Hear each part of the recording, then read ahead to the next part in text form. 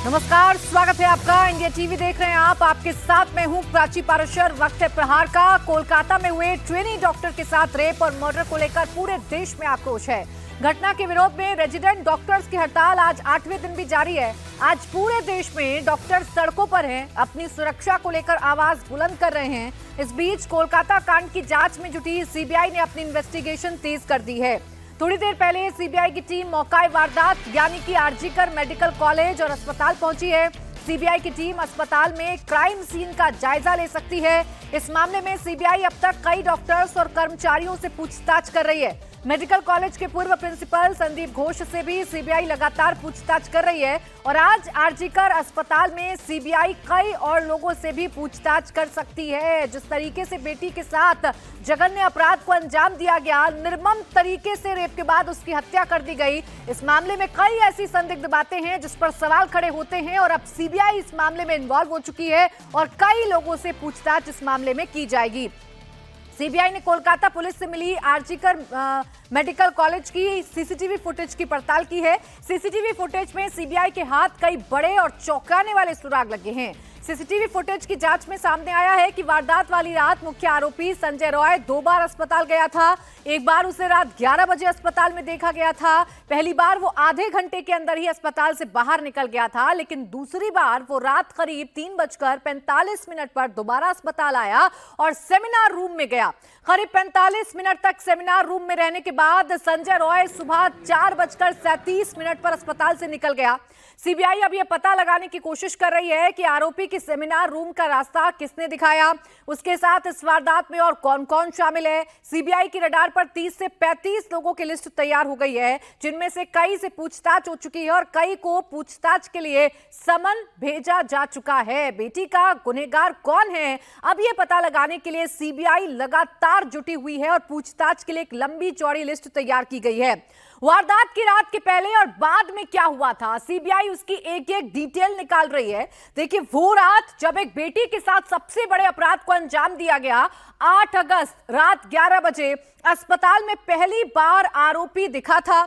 Patient से मिलने अस्पताल आया था, लेकिन 30 मिनट बाद ही ये आरोपी अस्पताल से बाहर निकल जाता है। ये आरोपी यानी कि संजय रॉय अस्पताल से बाहर निकल जाता है। मरीज को संजय रॉय ने ही अस्पताल में एडमिट करवाया था, लेकिन वो फिर एक बार अस्पताल में आता है और फिर सेमिनार रूम में चला जाता है। सवाल ये है कि सेमिनार रूम का रास्ता संजय रॉय को किसने दिखाया था? क्या ये कोई सोची समझी साजिश थी जिसके तहत एक ट्रेनी डॉक्टर की हत्या की गई रेप के बाद? आरोपी संजय रॉय एक बार फिर रात करीब 3:45 से 3:50 के बीच अस्पताल वापस आ जाता है। यानी कि पहले वो एक मरीज को एडमिट कराकर आधे घंटे में अस्पताल से बाहर निकल जाता है, लेकिन 3:45 तड़के सुबह और 3:50 के बीच में वो एक बार फिर मेडिकल कॉलेज में आता है और सुबह 4:35 पर सेमिनार हॉल से वापस आरोपी निकल जाता है। सेमिनार हॉल वही मौका वारदात माना जा रहा है जहां पर ट्रेनी डॉक्टर के साथ रेप के बाद उसकी हत्या की गई थी। सुबह 4:37 पर अस्पताल परिसर से संजय रॉय बाहर निकलता हुआ नजर आता है, यानी तकरीबन 3:45 से 3:50 के बीच में वो आता है और आधे घंटे से ज्यादा वक्त जो है वो बिताता है सेमिनार हॉल में। वो सेमिनार हॉल जहां पर ट्रेनी डॉक्टर पहले से मौजूद थी, वहां पर इस पूरी वारदात को अंजाम दिया जाता है। अब सवाल यह है कि दूसरी बार संजय रॉय क्यों आया? क्या उसे किसी ने कोई गाइड किया? क्या उसे किसी ने बताया कि सेमिनार हॉल में एक डॉक्टर सो रही है, या सेमिनार हॉल का रास्ता संजय रॉय को दिखाया गया? यह सवाल है जिसका जवाब सीबीआई तलाशने की कोशिश कर रही है। Kolkata doctor rape murder case से जुड़ा एक और खुलासा हुआ है। सीबीआई को जांच के लिए जो सीसीटीवी फुटेज मिले हैं, उनमें से कुछ फुटेज गायब हैं। सीबीआई के पास जो सीसीटीवी फुटेज आए हैं, उसमें सेमिनार रूम के बीच का सीसीटीवी फुटेज नहीं है। तर्क ये दिया गया है कि बीच का एक रूम ऐसा है जहां डॉक्टर्स चेंज करते हैं, जिसकी वजह से उस हिस्से का सीसीटीवी फुटेज नहीं दिया गया। सीबीआई की टीम फिलहाल आरजीकर मेडिकल कॉलेज में ही है। जांच एजेंसी अब उस जगह जाकर इसकी जांच करेगी और पता लगाने की कोशिश करेगी कि कहीं कुछ छिपाया तो नहीं जा रहा है। अब गड़बड़ी की आशंका कैसे हो रही है इस पूरे मामले में? सीबीआई ने जब सीसीटीवी फुटेज इस मेडिकल कॉलेज का हासिल किया, तो सीबीआई को यह पता चलता है कि सीसीटीवी फुटेज के कुछ हिस्से गायब हैं। सेमिनार रूम से बीच का जो सीसीटीवी फुटेज है वो गायब है। अब अस्पताल ये तर्क दे रहा है कि बीच का एक रूम डॉक्टर्स का चेंजिंग रूम है, इसीलिए सीसीटीवी फुटेज वहां का नहीं है। सीबीआई उस जगह जाकर अभी जांच करेगी कि क्या कुछ छिपाने की कोशिश तो नहीं की जा रही है। अगर सीसीटीवी फुटेज गायब है और चेंजिंग रूम का हवाला दिया जा रहा है तो ऐसा तो नहीं कि इसकी आड़ में कुछ छिपाने की कोशिश की जा रही है, कुछ सबूतों को छिपाने की कोशिश की जा रही है, किसी साजिश को छिपाने की कोशिश की जा रही है। इसलिए सीबीआई हर एक जगह जाकर जांच कर रही है। उधर CBI Kolkata doctor rape murder case के मेन आरोपी संजय रॉय की पूरी कुंडली निकाल रही है। सीबीआई संजय रॉय के मोबाइल फोन की डिटेल्स को भी खंगाल रही है, साथ ही उसके मोबाइल लोकेशन ट्रेस करके उस रात उसकी मूवमेंट को भी एनालाइज कर रही है। सूत्रों के मुताबिक पीड़िता और उसके दोस्तों ने खाना रात में ऑर्डर किया था। यह खाना एक ऑनलाइन ऐप के जरिए मंगवाया गया था। कोलकाता पुलिस ने इस डिलीवरी बॉय के बयान भी दर्ज किए थे। सीबीआई उस डिलीवरी बॉय से भी पूछताछ करेगी। और इस बीच कोलकाता से एक और बड़ी खबर आ रही है। कोलकाता के आरजीकर मेडिकल कॉलेज के पूर्व प्रिंसिपल संदीप घोष एक बार फिर पूछताछ के लिए सीबीआई के दफ्तर पहुंचे हैं। सीबीआई की एक टीम संदीप घोष से अपने साल्ट लेक ऑफिस में रेप और मर्डर केस के सिलसिले में पूछताछ कर रही है। कल भी सीबीआई ने संदीप घोष से करीब 15 घंटे तक पूछताछ की थी। संदीप घोष का कहना है कि उन्हें सीबीआई ने गिरफ्तार नहीं किया है। कल पूछताछ के बाद घर जाने दिया गया था और आज फिर उन्हें सवाल जवाब के लिए तलब किया गया है। पूर्व प्रिंसिपल संदीप घोष से घटना के दिन की उनकी मूवमेंट और वारदात के अगले दिन के घटनाक्रम से जुड़े सवाल पूछे जा रहे हैं। अब सीबीआई ने पूर्व प्रिंसिपल संदीप घोष से क्या जानने की कोशिश की है, उनसे कौन कौन से सवाल किए गए हैं वो भी आप सुन लीजिए। पूछा गया है पहला सवाल कि घटना के दिन आप कहां पर गए और आपने क्या क्या किया। दूसरा जो सवाल है वो पूछा गया है कि वारदात के अगले दिन आपने क्या क्या किया। घटना के बाद अस्पताल प्रशासन के बयानों का आधार क्या है, क्योंकि पहले सुसाइड बताया गया था। घर वालों को, मृतका के घर वालों को जो जानकारी दी गई थी प्राथमिक, वो ये दी गई थी कि आपकी बेटी ने सुसाइड कर लिया है। तो सीबीआई ये जानना चाहती है कि घटना के बाद अस्पताल प्रशासन ने जो बयान दिए थे उनका आधार क्या है। घटना की जानकारी कितने बजे और किससे मिली, ये भी सीबीआई जो पूर्व प्रिंसिपल हैं उनसे जानना चाहती है। ये जानना चाहती है कि क्या कोई इन्वॉल्वमेंट पूर्व प्रिंसिपल का भी है, क्या कोई ढिलाई बरती गई, क्या कोई लापरवाही बरती गई, क्या इस घटना को जानबूझकर छिपाने की कोशिश की गई, इसे सुसाइड का रूप देने की कोशिश की गई। इसीलिए बार बार पूर्व प्रिंसिपल से पूछताछ भी की जा रही है और उनसे पता लगाने की कोशिश की जा रही है कि अस्पताल के अंदर आखिरकार हुआ क्या। जिस दिन घटना हुई उस दिन ये पूर्व प्रिंसिपल कहां कहां गए थे, उनका पूरे दिन के कहां कहां पर उन्होंने काम किया था। दूसरा, उनसे पूछा जा रहा है कि वारदात के अगले दिन आपने क्या किया था। तीसरा, उनसे पूछा जा रहा है कि घटना के बाद अस्पताल प्रशासन ने जो बयान दिए थे उनका आखिर आधार क्या है और इस घटना की जानकारी कैसे प्रिंसिपल तक पहुंची, कैसे उन्हें पता चला कि उनके मेडिकल कॉलेज में एक हादसा घटा है।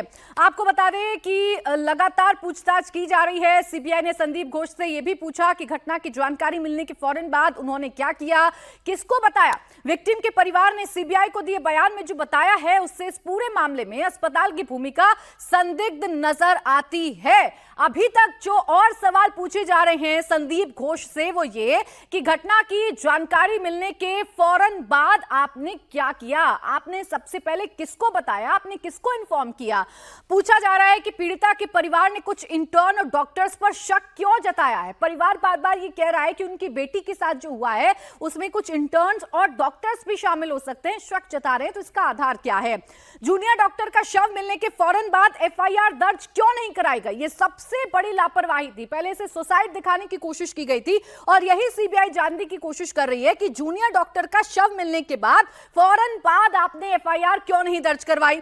घटना वाले दिन और उसके बाद किसे किसे फोन किया ये बताना है। संदीप घोष जो कि आरजीकर मेडिकल कॉलेज के प्रिंसिपल थे, उस रात जिस रात एक बेटी के साथ, एक ट्रेनी डॉक्टर के साथ जघन्य अपराध होता है, जिम्मेदारी संदीप घोष की भी है और इसीलिए लगातार उनसे पूछताछ की जा रही है, पता लगाने की कोशिश की जा रही है कि कहीं अस्पताल की भूमिका तो इस पूरे मामले में संदिग्ध नहीं है। कोलकाता कांड में जुटी सीबीआई के रडार पर 30 से 35 लोग हैं। सीबीआई ने इस मामले में फिलहाल 30 से 35 लोगों को ध्यान में रखते हुए एक लिस्ट बनाई है। इनमें से कुछ संदिग्ध जो इस केस से जुड़े हो सकते हैं, इनसे पूछताछ शुरू कर दी गई है। 30 से 35 लोगों की लिस्ट तैयार की गई है। इस लिस्ट में मृतका के कुछ दोस्त भी शामिल हैं जिनसे पूछताछ की जाएगी। पीड़िता के परिवार ने कुछ नाम दिए हैं, यानी जो पीड़िता का परिवार है, जो मृतका का परिवार है, वो भी कुछ इंटर्न्स और डॉक्टर्स पर शक जता रहा है, तो वो नाम भी इस लिस्ट में शामिल किए गए हैं। साथ ही काम करने वाले इंटर्न और डॉक्टर, अस्पताल के कुछ गार्ड और सुरक्षा कर्मियों की मिलाकर एक लिस्ट 30-35 लोगों की बनाई गई है।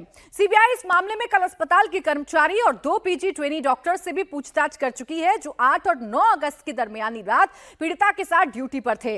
इसके अलावा ताला पुलिस स्टेशन के थानेदार और अन्य पुलिस अधिकारियों से भी सवाल जवाब किए गए। पूर्व प्रिंसिपल संदीप घोष से पूछताछ जारी है। वहीं विक्टिम का पोस्टमार्टम करने वाले डॉक्टर्स, मेडिसिन डिपार्टमेंट के एचओडी और जेस्ट डिपार्टमेंट के हेड से भी सीबीआई पूछताछ कर चुकी है। मेरा लड़की ड्यूटी में गया था, 8:10 से घर से निकले। उसको ओपीडी था हॉस्पिटल में। 5 बजे माँ के साथ बात हुआ था, फिर 11:15 का टाइम में भी माँ से बात हुआ था। लड़की मेरा माँ को उठकर माँ को फोन किया था। माँ बार बार फोन कर रहे थे, फोन रिंग हो रहा था, लेकिन कोई उस टाइम तो मेरा लड़की गुजर ही गया है। हमको सबसे दिक्कत का प्रश्न यह है कि रात 3 बजे से सुबह 10 बजे तक किसी का जो ऑन ड्यूटी डॉक्टर है उसका किसी को जरूरत नहीं पड़ा है।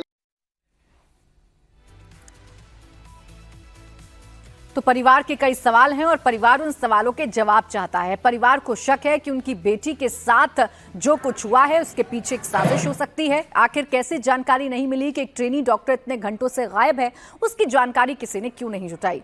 ओंकार सरकार कोलकाता से मेरे सहयोगी इस वक्त जुड़ गए हैं। ओंकार, कई सवाल हैं, कई लूप होल्स हैं, कई ऐसे मामले हैं इस पूरे केस से जुड़े हुए जो संदिग्ध नजर आ रहे हैं। अभी सीबीआई की जांच कहां तक पहुंची है? देखिए, सबसे पहले ये कहना चाहूंगा कि आरजीकर मेडिकल कॉलेज और अस्पताल के जो पूर्व प्रिंसिपल है उनको कल लगातार 15 घंटे तक पूछताछ की गई। उसके बाद आज फिर सुबह 10:10 पर वो कोलकाता की सॉल्टलेक में सीजीओ कॉम्प्लेक्स, जहां पर सीबीआई के ऑफिस है, वहां पर पहुंच गए हैं और वहां पर पूछताछ अभी जारी है आरजीकर मेडिकल कॉलेज और अस्पताल के पूर्व प्रिंसिपल संदीप घोष से। तो अभी संदीप घोष से सीबीआई ये जानने की कोशिश में जुटे हुए है कि उसके बाद वाला दिन वो जब खबर उनको मिली कि यहाँ पर एक डेड बॉडी मिली है, तो वो क्या कर रहे थे। वो क्या पुलिस के पास गए या फिर किसको उन्होंने बताया था ये बात, सभी बात जानने की कोशिश में जुटी हुई है सीबीआई की जो अधिकारी है वो अधिकारी। तो कहीं ना कहीं संदीप घोष के बारे में कई सारे उनके खिलाफ जैसे कि देखा गया है संदीप घोष के खिलाफ आरोप है, तो वो आरोप के लेके भी सीबीआई जिज्ञासाबाद करेंगे। लेकिन जो प्राइमरी अभी सीबीआई के पास काम है कि उस रात क्या घटी थी और उसके पास उनका इंफॉर्मेशन कौन दिया था और उनके बाद वो क्या क्या किए, यानी कि उनका इंस्ट्रक्शन में क्या कोई असिस्टेंट सुपर फोन किए थे मृतक के परिवार को, और परिवार को क्या फोन करके ये कहा गया था कि वो ट्रेनी डॉक्टर वो खुदकुशी कर ली है, वो खुदकुशी कर ली है, कौन बोला था, कौन असिस्टेंट सुपर बोला थे, वो क्या संदीप घोष के बोलने से ही ये बोले थे। कई सारे सवाल हैं ओंकार जो पूरे मामले में खड़े होते हैं। आरोपियों को बचाने की क्या कोशिश की गई है, क्या किसी गलती को छिपाने की कोशिश की जा रही है, क्या किसी साजिश को छिपाने की कोशिश की जा रही है, यही सब फिलहाल सीबीआई पता लगाने की कोशिश कर रही है। शुक्रिया आपका ओंकार तमाम जानकारी के लिए। एक तरफ सीबीआई ट्रेनी डॉक्टर के साथ हुई दरिंदगी के खिलाफ जांच कर रही है, तो वहीं पूरे देश भर में डॉक्टर्स का गुस्सा भी 7वें आसमान पर है। डॉक्टर्स हड़ताल पर हैं। सरकारी अस्पतालों के साथ साथ आज कई प्राइवेट अस्पताल भी 48 घंटे की स्ट्राइक पर हैं। डॉक्टर्स की ये ऑल इंडिया स्ट्राइक आज सुबह 6 बजे से शुरू हुई, जो अगले 48 घंटे तक चलेगी। इस दौरान सभी सरकारी अस्पताल के ओपीडी सेवा सहित सभी सेवा बंद रहेंगी। सिर्फ इमरजेंसी के कुछ मरीज और आईसीयू में एडमिट मरीजों का ट्रीटमेंट डॉक्टर और नर्स करेंगे। तो पूरे देश भर में इस वक्त हड़ताल की जा रही है और यह हड़ताल है बेटी के साथ हुई दरिंदगी के खिलाफ गुस्सा। डॉक्टर से चाहते हैं कि जल्द से जल्द ट्रेनी डॉक्टर को इंसाफ मिले। ये डॉक्टर्स जो सड़कों पर हैं, देश का कोई भी शहर आप उठा लीजिए, हर जगह डॉक्टर्स का गुस्सा कुछ इसी कदर फूटा हुआ है। वो हड़ताल पर बैठे हैं, अपना काम उन्होंने बंद कर दिया है। बस आपातकालीन जो सेवाएं हैं वो जरूर चल रही हैं, लेकिन ओपीडी सारी बंद है। देश की राजधानी दिल्ली में भी डॉक्टर स्ट्राइक पर हैं। दिल्ली में आज शाम 5 बजे doctor Lady Hardinge Medical College से जंतर मंतर तक मार्च करेंगे। इसके अलावा मुंबई, हैदराबाद, कोलकाता, नागपुर, बेंगलुरु और चंडीगढ़ समेत पूरे हिंदुस्तान में डॉक्टर सड़क पर हैं और इंसाफ की मांग कर रहे हैं। डॉक्टर की ऑल इंडिया स्ट्राइक के दौरान क्या क्या बंद और क्या क्या खुला है वो भी आपको बता देते हैं। ओपीडी सेवा बंद है, लेकिन आपातकालीन यानी कि इमरजेंसी सेवाएं खुली हैं। इलेक्टिव सर्जरी यानी वो सर्जरी जिससे फौरन नहीं करने पर जान जाने का खतरा रहता है वो बंद है, लेकिन क्रिटिकल सर्जरी जरूर हो रही है। तो जो क्रिटिकल सर्जरी है यानी जो बहुत इमरजेंसी वाली सर्जरी है वो हो रही है, लेकिन वो सर्जरी जिन्हें टाला जा सकता है वो सर्जरी अभी नहीं हो रही है। ओपीडी बंद है, लेकिन इमरजेंसी सेवाएं खुली हुई हैं। डॉक्टर्स अभी सड़कों पर हैं। अपनी हड़ताल वो तब तक खत्म नहीं करेंगे जब तक ट्रेनी डॉक्टर को इंसाफ नहीं मिल जाता है। हड़ताल की कॉल आईएमए की तरफ से बुलाई गई है। आईएमए ने अस्पतालों को सेफ जोन घोषित करने के साथ ही सरकार से सेंट्रल प्रोटेक्शन एक्ट को लागू करने की मांग की है। डॉक्टर्स का यह भी कहना है कि कोलकाता रेप मर्डर के आरोपी को कड़ी से कड़ी सजा मिले और विक्टिम के परिवार को मुआवजा दिया जाए। आज दिल्ली में भी 24 घंटे का कंप्लीट मेडिकल शटडाउन का ऐलान है। सरकारी अस्पतालों के साथ साथ आज प्राइवेट हॉस्पिटल के डॉक्टर्स और नर्सिंग स्टाफ भी हड़ताल पर हैं, जिससे मरीजों को काफी परेशानी हो रही है। राजधानी के आरएमएल अस्पताल से हमारी सहयोगी इलाका आजमी की एक रिपोर्ट आपको दिखाते हैं।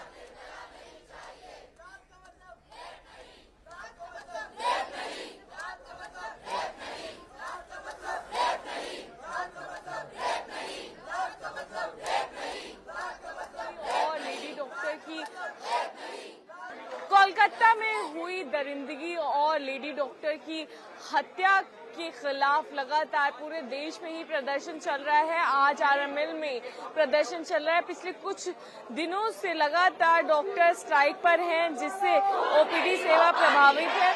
लेकिन आज आईएमए ने ये घोषणा करी है कि पूरी तरह से आज ओपीडी और सभी सेवाएं बंद रहेंगी। सिर्फ इमरजेंसी या कुछ जो सर्जरी है वो चलेंगी आज। उसके अलावा सभी जो सेवाएं हैं वो बंद होगी। इसके खिलाफ आज पूरे देश में ही प्रदर्शन है। अलग अलग अस्पतालों में ये प्रदर्शन चल रहा है। वहीं समय हम मौजूद हैं आरएमएल अस्पताल में, जहां लगातार ये प्रदर्शन चल रहा है। मांग है डॉक्टर्स की कि जो कातिल है उनको फांसी की सजा होनी चाहिए। साथ ही साथ जो डॉक्टर्स हैं उनकी सुरक्षा के लिए कड़े कदम भी उठाने चाहिए। ये लगातार जो प्रदर्शन है वो चल रहा है, जिससे कई सारी जो सेवाएं हैं वो प्रभावित हुई और आज पूरे देश में ये सेवाएं 48 घंटे के लिए बंद कर दी गई हैं आईएमए द्वारा और इमरजेंसी सर्विसेज वो चालू रहने वाली हैं। लेकिन तो राजधानी दिल्ली का हाल तो आपने देखा, अब आपको चंडीगढ़ का हाल भी दिखा देते हैं। यहाँ भी डॉक्टर्स कोलकाता में लेडी डॉक्टर के लिए न्याय की मांग कर रहे हैं। चंडीगढ़ पीजीआई के सीनियर डॉक्टर्स भी अब सड़क पर उतरकर मार्च कर रहे हैं। उनका कहना है कि डॉक्टर्स की सुरक्षा के लिए सेंट्रल प्रोटेक्शन एक्ट लागू किया जाना चाहिए। चंडीगढ़ से हमारे सहयोगी पुनीत परिंजा की एक रिपोर्ट आपको दिखाते हैं।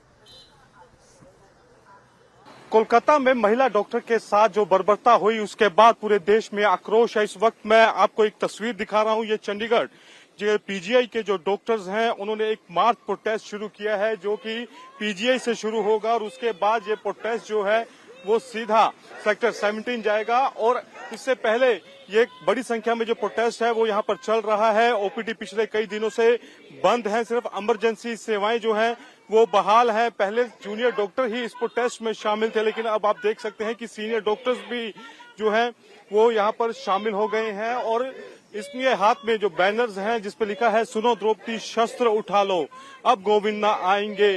और उसके अलावा लगातार वी वांट जस्टिस और जो सेंट्रल प्रोटेक्शन एक्ट है उसको लागू करने की मांग जो है वो लगातार डॉक्टर्स के द्वारा यहाँ पर की जा रही है। बात करने की कोशिश करेंगे यहाँ पे। आपने ये पोस्टर उठाया जिस पर लिखा है सुनो द्रौपदी शस्त्र उठा लो, अब गोविंदा आएंगे। बिल्कुल ठीक बोला मैंने। पहले तो कहते थे कान्हा जी आएंगे लाज बचाएंगे, अब लाज कोई बचाने वाला नहीं है, खुद ही बचानी है।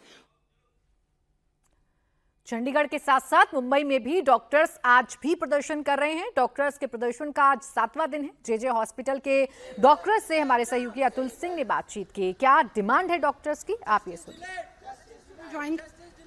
कोलकाता में एक महिला डॉक्टर के साथ रेप और उसके बाद उनकी नृशंस हत्या के बाद से ही पूरे देश भर में जितने भी डॉक्टर्स हैं वो सड़क पर उतर रहे हैं, न्याय की मांग कर रहे हैं, साथ ही सुरक्षा की गारंटी लिखित तौर पर दी जाए उन्हें, इस चीज़ को लेकर प्रोटेस्ट कर रहे हैं। आज 7वां दिन है लगातार जब प्रोटेस्ट डॉक्टर्स की तरफ से हो रही है और मुंबई के जेजे अस्पताल में भी हम मौजूद हैं यहाँ पर, जहाँ पर आपको डॉक्टर्स यहाँ पर मौजूद दिखाई देंगे। इनकी तरफ से भी प्रोटेस्ट जारी है और जो सेंट्रल मार्ट के यहाँ के प्रेसिडेंट है डॉक्टर प्रदीप हमारे साथ मौजूद हैं, उनसे बात करते हैं।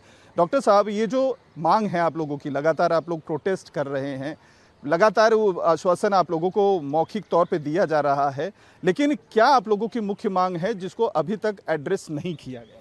या देखिए 7 दिन हो चुके हैं ये घटना को, और उसके बाद भी 7 दिन तक जो विक्टिम है उनको किसी प्रकार का जस्टिस नहीं मिला है।